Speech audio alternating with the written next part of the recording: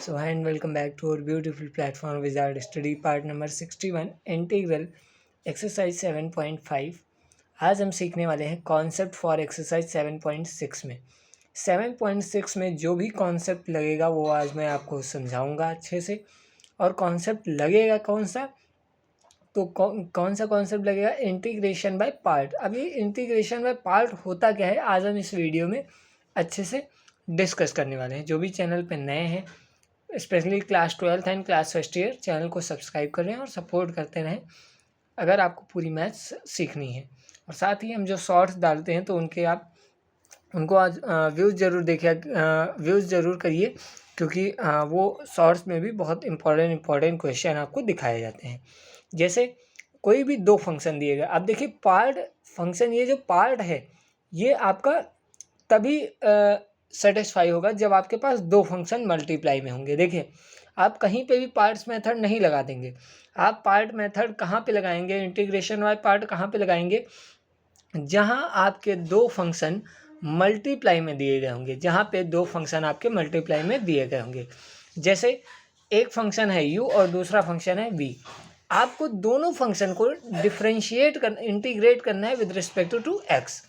ऐसा नहीं यहाँ पे कोई और इंटीग्रेशन का रिस्पेक्ट होगा, यहाँ पे कोई और रिस्पेक्ट होगा, नहीं। दोनों वेरिएबल या दोनों फंक्शन जो है किसी एक ही वेरिएबल के रिस्पेक्ट में इंटीग्रेट होंगे, ठीक है।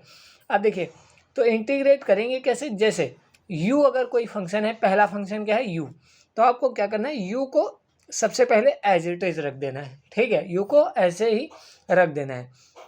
करना क्या है, v का इंटीग्रेशन, v का क्या करना है, इंटीग्रेशन।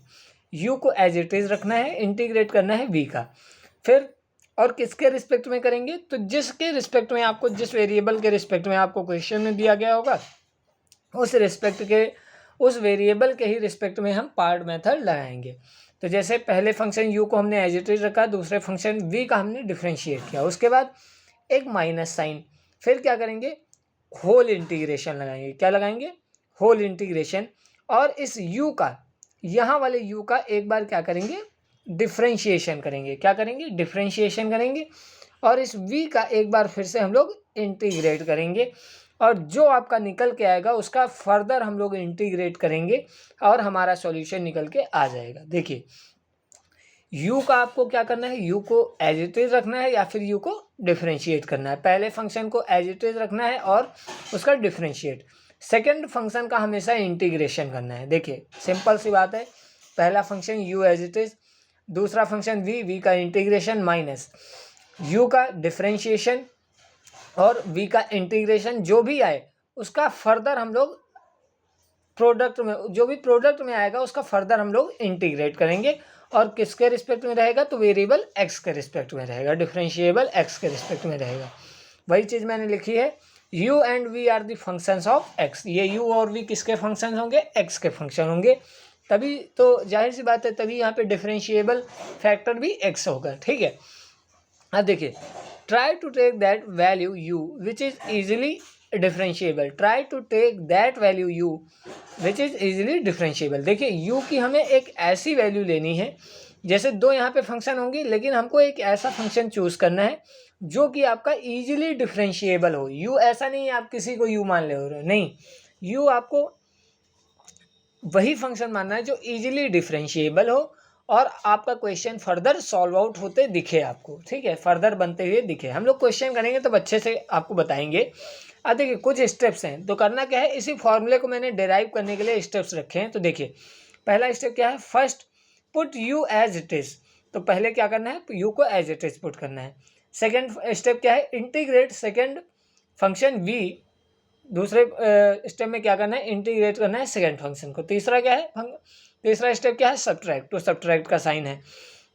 चौथा क्या है, होल इंटीग्रेशन। तो देखिए ये होल इंटीग्रेशन का साइन लगा है।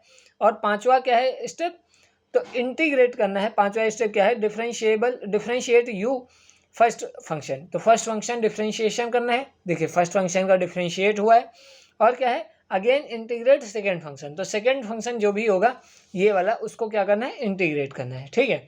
और इंटीग्रेट द होल फंक्शन, जो भी आपका प्रोडक्ट में आएगा, जो भी आपका इसको डिफरेंशिएट करके और इसको इंटीग्रेट करके जो भी आपका प्रोडक्ट मिलेगा उसको फर्दर आपको इंटीग्रेट करना है, तब आपका सॉल्यूशन मिल जाएगा। होप आपको अच्छे से समझ में आया होगा। और ये पार्ट मेथड बहुत इंपॉर्टेंट क्वेश्चन फॉर्मूला है, आपको याद रखना है, आपकी स्टडी टेबल पे आपको चिपका के रखना है। तो एक्सरसाइज 7.6 को अगले लेक्चर से हम लोग करने वाले हैं। जो भी चैनल पे नए हैं वो शेयर करें, सब्सक्राइब करें। मिलते हैं अगले लेक्चर में, तब तक के लिए अपना ध्यान रखिएगा। राधे राधे, सत श्री अकाल सभी को।